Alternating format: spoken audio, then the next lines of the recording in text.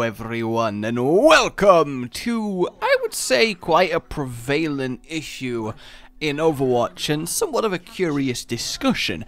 Have you ever been branded, labelled, and cast out for simply your choice of character at the start of a game? I think we've all experienced that, and obviously this isn't inherently just Overwatch. In any game where there are characters or classes to pick, you get people that will judge you based on that choice. But I feel like in Overwatch it actually kind of transcends a little bit, and I feel like Overwatch has reached the point where in a lot of people's minds there is a kind of profile for the type of person and the level of ability based on who they choose. Not even really the hero itself. Like, I feel like people make personality judgments based on who someone selects to play. And is that not kind of weird?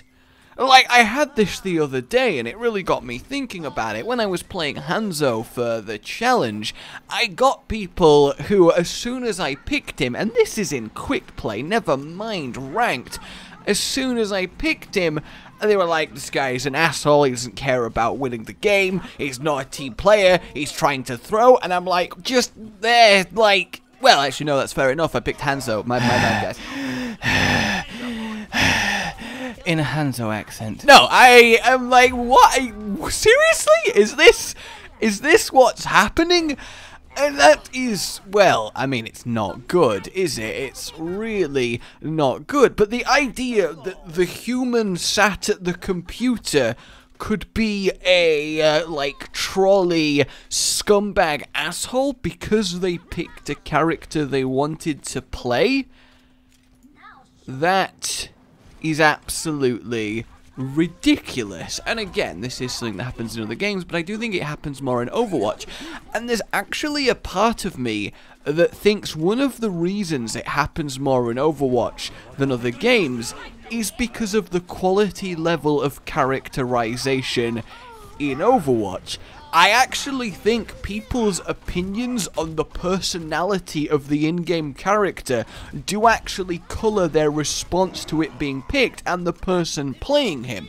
Because I think there is definitely a undercurrent of Hanzo himself as an asshole for, you know, how he acts and what he did to Genji. And maybe I'm completely off base here, but it certainly is something that I've seen and my friends that play the game have seen. So when somebody picks him, you have this instant, oh, he's Hanzo. If he likes the character Hanzo, then his real-life personality, whoa, God, what is wrong with that guy? It was at this moment that he knew. He fucked up. And you get it in a lighter sense, like whenever anyone picks Genji, I feel like a lot of people, hopefully jokingly, but a lot of people go, well, looks like we've got a huge weeb on our team. And I kind of think that that's really cool. Not in a way that's necessarily positive, but to have crafted characters so rich in individual personality that you actually assume that the people playing those heroes share personality traits with the characters they're playing, that's a weird situation to be in, right? You never get anyone in Dota picking Pudge and then deciding that the person playing them is a fat murdering bastard. Like, those things just generally don't connect, at least I really hope not. But in Overwatch, I somehow do think there is an air of, I judge my feelings towards characterization and project them on the player. And of course, I realize that there is definitely an air of, I as a person connect to character X because of Y reasons. Like, you don't play a character that you absolutely hate unless you are completely results orientated and know them to be a strong character. Generally, if someone plays a character will like them, whether it's personality-wise, skill set, how they make them feel like they're a badass, they want to use emotes and stare at their what I'm saying is there generally tends to be a reason there is that connection, but I have never felt it as palpably strong as I do in Overwatch, in any game that I have played. And I think that for better or worse, that is at least somewhat impressive that that has seemingly developed. Now, obviously, there's another side to this, the competitive viability of a character, and when people are playing in higher and higher ranks, when you pick someone who is, in theory, air quotes, bad, an underpicked, underpowered performer, you do have a moment of, hang on, they've picked that character, that means we've got a higher chance to lose. What the hell, report them and start being just an irritating bastard towards them. Though, whoever has this thought process, by the way, this thought process right here, alright, I'm playing ranked, oh, my teammate picked a character that really sucks, so that means I'm gonna lose. This makes me sad and angry that I'm gonna lose, so I'm gonna play worse and throw, thereby extra guaranteeing that I'm gonna lose the thing that I don't want to happen that will make me sad and angry. It's like you're holding two ice creams and one of them falls on the floor, and in your fury, you throw the other one down because ain't nobody having any ice cream now. It's just like, what is that mentality?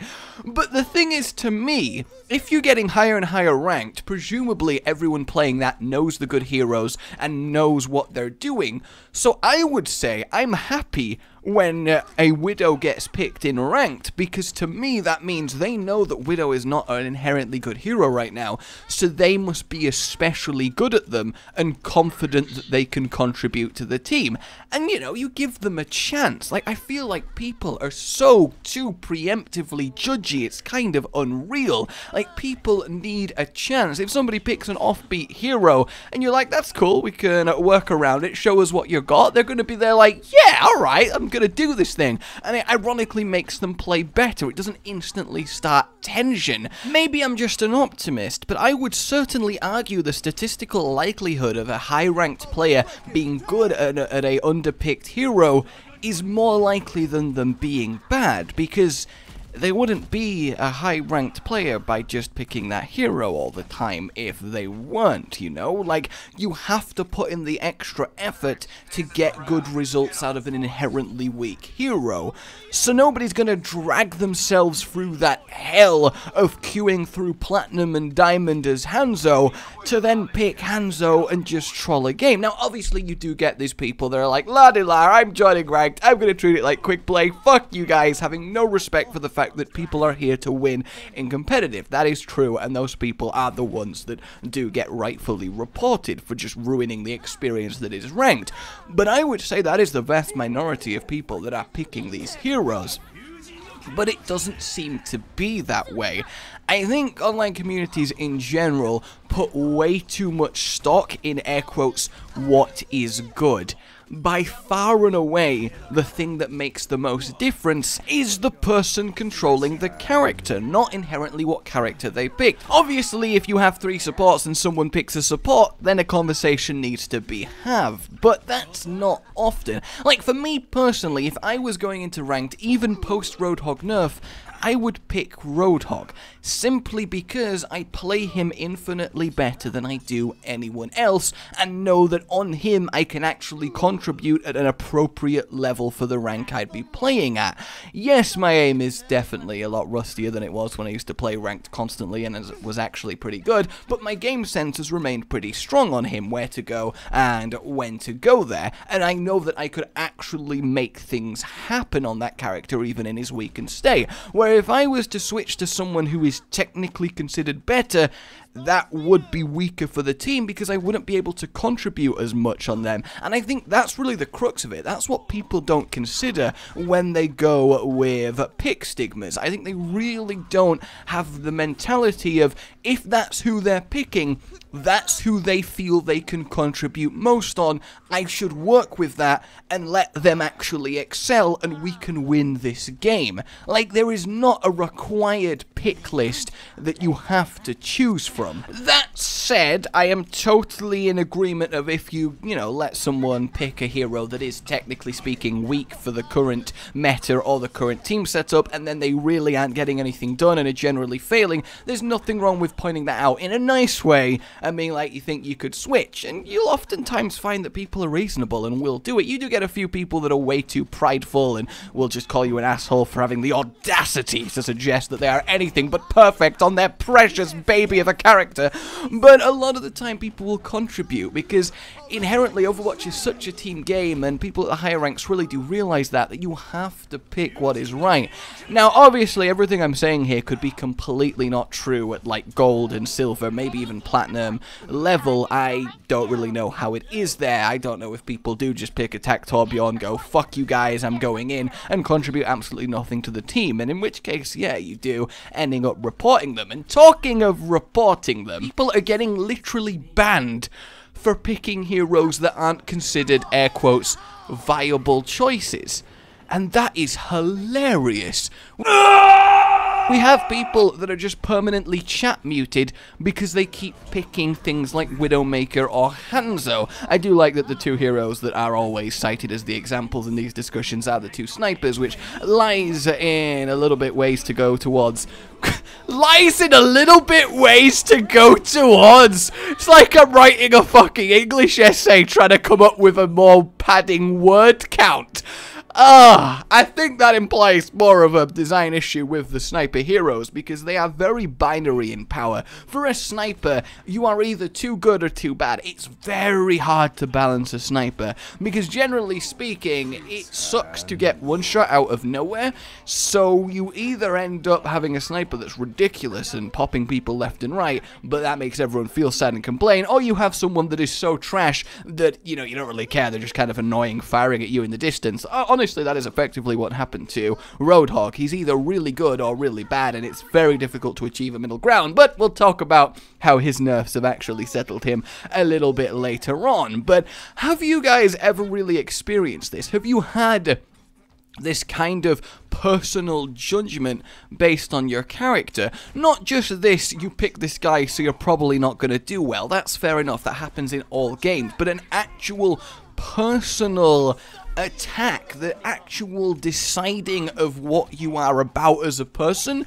because you chose a character. I think that is uncanny in Overwatch, and I do think it goes both ways. To me, anyone who picks Reinhardt in ranked, I'm like, they're probably a good player and probably a nice person.